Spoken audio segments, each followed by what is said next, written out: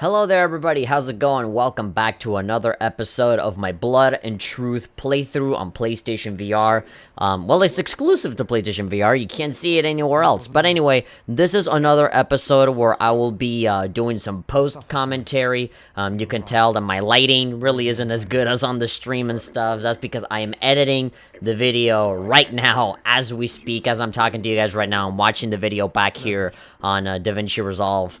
And, yeah, I'm just looking at myself, playing the damn game, because, if you guys did not watch the previous episode, well, what happened is that while I was moving and flailing my arms around with, the VR motion controllers, I accidentally ended up slamming my microphone really hard to the point that I accidentally pressed a button on it that mutes my microphone. It is specifically the mute button. And, yeah, this whole 20-minute episode is just me completely muted, and I have no idea that this is actually happening. Right here, I'm just reacting to how happy I am to see the dude from the first level. If you guys remember that army guy that we rescued from that one mission when we lockpicked the handcuffs. This is exactly the same guy. I guess he's a pizza delivery man now. I'm here joking about the pizza because I've seen pizza boxes maybe like 2 or 3 times, and I'm here getting angry over, oh my god, you keep faking me out about the pizza. In that last mission in the airport, I opened up one of the things, and oh, there's pizza, the pizza party, nobody invited me. And now here's another pizza box, opening it, and there's a bunch of documents in there, even though it's still greasy on the inside. Now, I'm just there hoping that the second box at the bottom does actually have a pizza on it. What's in the other box? There you go, in the other box. He's like, oh my god. Ah, shit. My penis. What? It's worse than we thought. A fucking margarita. A margarita. This is one of the things that I really like about this game. I mean, granted, the story is kind of whatever. I mean, at this point into the story is very much like, yeah, you see in the chat, Mike's not working. Oh god, it's so embarrassing. Like top 10 freaking Twitch live stream fails compilation, kind of embarrassing. It's like, oh my god. That's the bad thing about playing in VR. If there was some sort of like PC plugin or a mod or something for your headset where you can actually see the chat on screen without it actually, you know, getting in the way of the gameplay for the viewer, where you're the only one that sees it, I think that'd be great, because you know, like that, you know when something's not working or something's going wrong, and that's how you take off the headset. Here, this is actually kind of cool.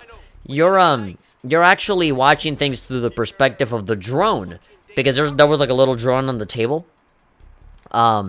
Yeah, we're here trying to devise a plan to get in there and give ourselves an excuse to shoot more guys. So yeah, Anthony Sharp is the big main villain of this, also known as Tony. And again, Tony, very generic gangster man with a lot of power. But the big thing that kind of distinguishes this action game from others is that this Anthony Sharp guy is supposed to be kind of incompetent and not that smart.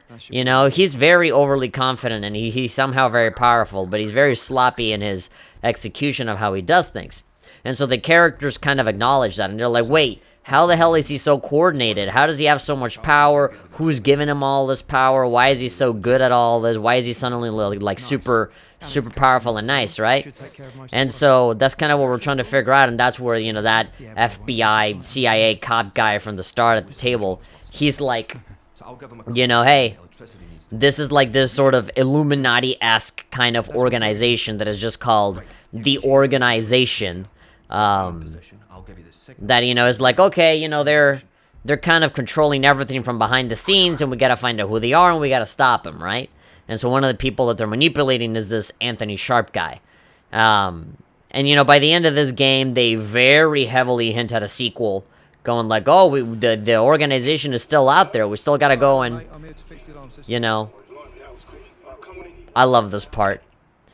Yeah, so here, my character's pretending to be an electrician to fix the alarm system that doesn't work, because we fucked it up.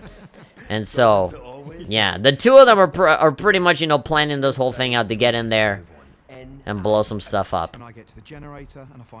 I know that I'm talking over all this dialogue, but again, you know, a generic action movie, not really super important. There are a lot of characters, especially the Anthony Sharp character and that American girl character that shot the bald guy at the beginning. They talk in such vague terms. You know, they say the most, like, cheesy-ass, like, whatever, who cares action movie stuff out there. But they just take it so seriously, and they act it so well. You know, they say it in a completely straight face, that it just ends up being kind of funny. You know, you kind of have to appreciate it to a certain extent. But yeah, I'm fully planning on having this whole episode just be me talking over it, because me and my dumbass accidentally muted the mic and I didn't even notice. So yeah, here I am. I like these tool segments where you're using all your toys to fix stuff. Or, you know, unfixed stuff, to deliberately break stuff, like here, I'm about to blow up that motherboard.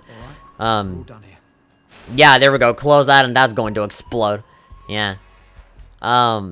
I was watching and reading some of the reviews for this game, and all of them were pretty positive. But one of the things that I thought was really weird was that they called all of those little segments with the tools puzzles. Saying like, oh, the puzzles are kind of shit, you know, there's nothing to them. You just, you know, take out a battery and that's it. That's not a puzzle. And I'm like, yeah, exactly. That's not a puzzle, you fucking idiot. Like, why would anybody think that's a puzzle? Just because you're not shooting stuff, that doesn't mean that anything else that isn't that is a puzzle. Like, no. Like, how can it even be a puzzle when they always highlight what the hell what tool you're supposed to be using? You know, it's so obvious. It's not supposed to be a puzzle, you dumbass. It's just supposed to be like, again, because they're trying to emulate what an action movie does, and they do the whole, like, you know, cut the red wire, cut the blue wire kind of thing. You know, you're climbing around, you know, you're climbing, that's not a puzzle, you know? That's not a, I don't know, like a super serious segment that you're supposed to be, like, judging like it's an actual feature in the game. Like, no, it's just supposed to be some silly secret agent stuff that you do, because that's what they do in the action movies, and they're trying to, you know, kind of capture that. You know, it's fun to do that little thing and, you know, do the motherboard and blow it up. Just seeing how, you know, you do all this stuff step by step. It's just fun. It's fun to do. And so I feel like, you know, people, when they review these kinds of games, especially when they're very narrative heavy, they try to kind of, you know, segment it and label it into things that we personally understand, or in very typical labels that we are very used to using. And so he's like, oh, you're using tools to do something. I guess it's a puzzle. You know, that's like saying that the lock-picking thing is a puzzle, just because you have to, like, twist it until it's just right. Like, no, there's no thought behind that. Yeah, no, I feel like the people that say that the little tool things are puzzles are kind of, you know, they got their heads stuck up their own ass, and they're trying to, like, you know, they're overcomplicating their existence by trying to, like, compartmentalize every single part of the game into something that fits within their comfort zone, right? Something, if they can't label it, it's like, well, it has to be a puzzle, right? Like, I don't know. I just feel like it was completely unnecessary. They're not puzzles, and they weren't meant to be either. Like, you know, it's just stupid secret agent action man shit that they do, and it's fun. Here I am getting another vape. So I'm supposed to get an ID card from some guy's house, and my friend is out there, outside of the door, trying to distract the guy before he comes in. And I love this part, because they're just showing this dude and all the stuff in his house. The guy's telling me to hurry up. I'm wearing the shades, and there's cookies in there. And I'm there going like, yeah, no, I'm trying the best that I can, man. Sure, man. I'm hurrying up. I'm doing it as fast as I possibly can. And so here I am just chilling out, eating cookies or whatever, because I know that the dude is never gonna come in here, you know? It's just a fictional, artificial tension. And I'm there, like, pointing at a cereal box that is called, I think, like, S-Ariel or something like that. Like, cereal with an S.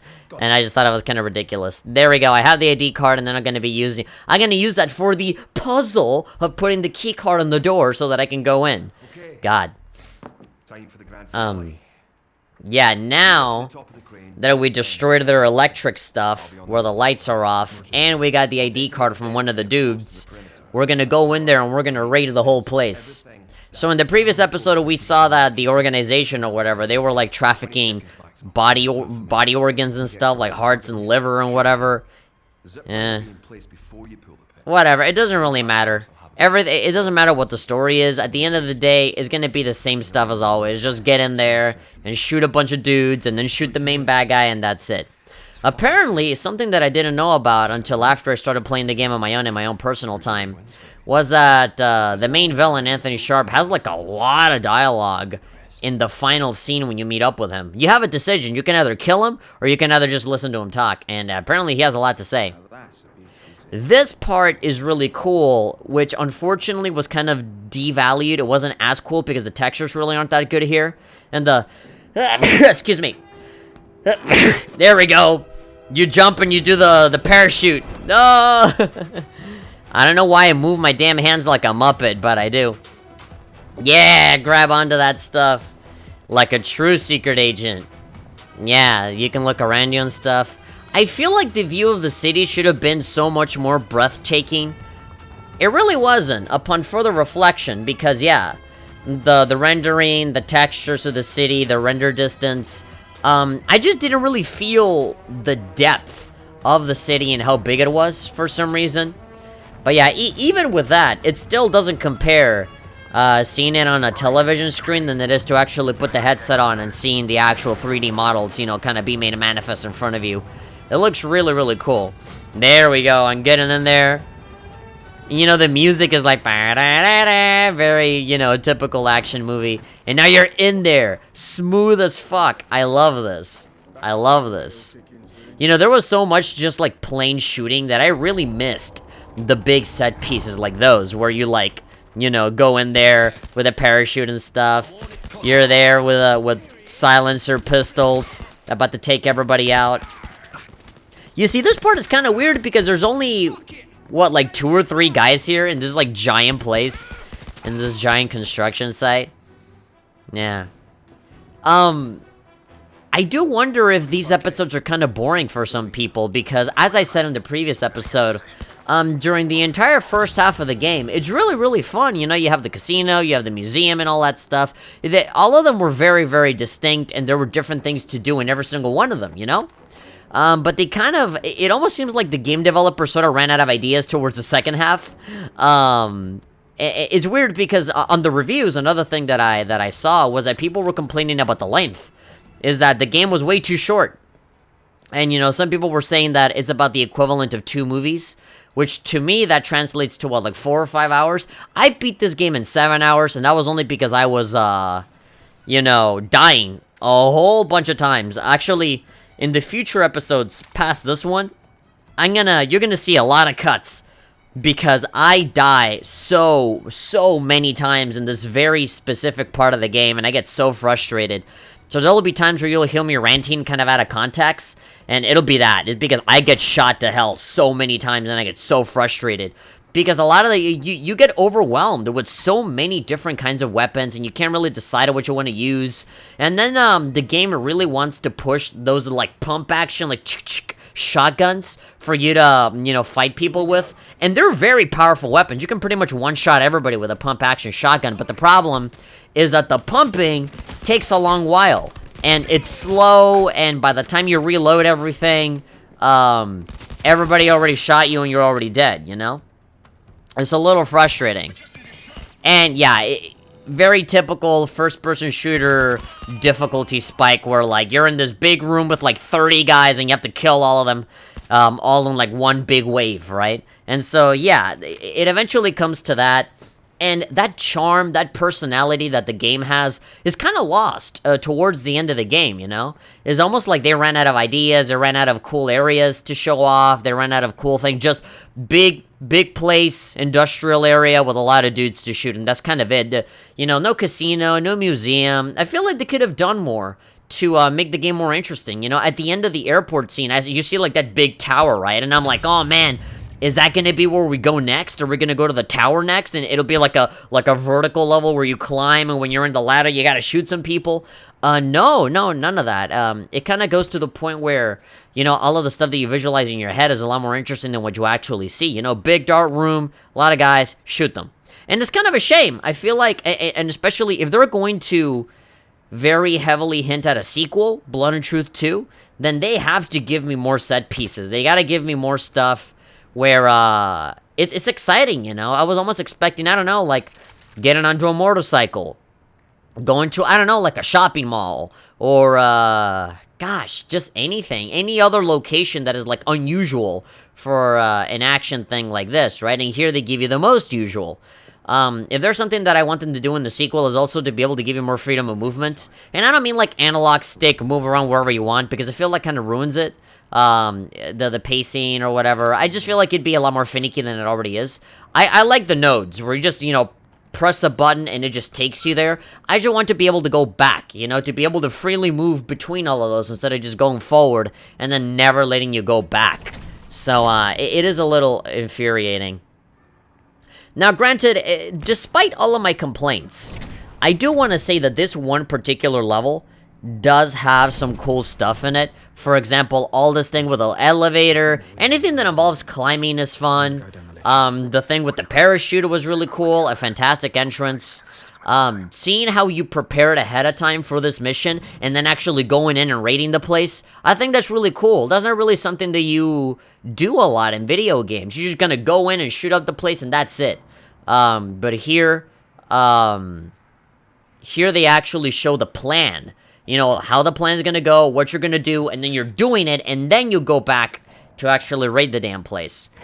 And there I am trying to, like, climb this place. Going all Joy-Con boys on this. Will you hurry the fuck up, please? Yeah, so, the elevator is actually moving, and we're still here hanging, so, yeah, it's a little scary. Be there, over. Are you there? Please help me. I'm scared shitless. I don't want you, I don't want to fall down to my death because of this damn elevator. Please, over. Yeah, I am so paranoid. I am so incredibly immersed into this game that A, I did not even realize that my microphone was muted, and B, I'm there pulling my gun out as soon as the doors open and stuff. I'm like, yeah, I am super duper in it. And honestly, this is, with me looking at stuff through the headset, and the headset, it does show some jaggy graphics. You know, the graphics aren't really as good within the headset as how it is when you're watching this on screen. Which, you know, is kind of a give or take, right? When you're watching this through the headset, you're fully immersed and it's amazing, but you do see some jags and some rough stuff in the graphics. The headset isn't as you know, resolution heavy as a big television. But then when you watch the footage here, yeah, you're not immersed, but God, the graphics look so much tighter when you're watching it just on a screen at 60 FPS and stuff. You do get a little dizzy though, because, you know, you're not the one moving your head. And when you're in it, then you're moving your head, you know, to the situation, right? You're not really super dizzy. But, you know, if you're watching someone else move their head frantically, I guess it can be a little dizzying. All right. I'm looking at the timer here on the episode, and we are getting very close to finishing the episode. I am about to realize that my microphone just got muted. Okay, yeah, here I am just bitching and moaning and complaining constantly about, oh, I can't go back, because there's a bunch of, like, unlockables and knickknacks and stuff that I wanted to play around with, and now I can't, and I complain about that a lot. Okay, I am about to die, and, I'm going to lift up my headset, check in with the chat, and realize that my microphone has been turned off. So, yeah, I'm gonna say goodbye to me from the future editing this video. Hopefully you guys have really been enjoying the series. I've been enjoying a lot rewatching it. I beat the entire game in one sitting. It was really, really fun, even though, honestly, it does get kind of boring towards the end. But, I still enjoyed it nonetheless. Again, very action movie heavy. It's a really awesome PlayStation VR game, and I recommend it. So, hopefully you enjoyed the rest of the series, and I'll see you guys next time. Bye-bye. And there we go. Here I am, being like, wait, what? I'm not seeing the volume on my OBS. Alright, see you guys next time. Bye-bye. God, I muted my mic. When I punched my mic, I pressed a button where I muted it. For how long? For how long was it turned off? Oh my god, 38 and then 49. Holy shit. I've had my fucking thing turned off for like 10 minutes. Son of a bitch. Oh my god, you got shot again. While holding a pistol, hold triangle button on the right controller, square button on the left controller, and flick your wrist to perform a pistol spin trick. Oh my god, my mic went out for like 10 minutes. Because I hit it. Since the end of the last mission?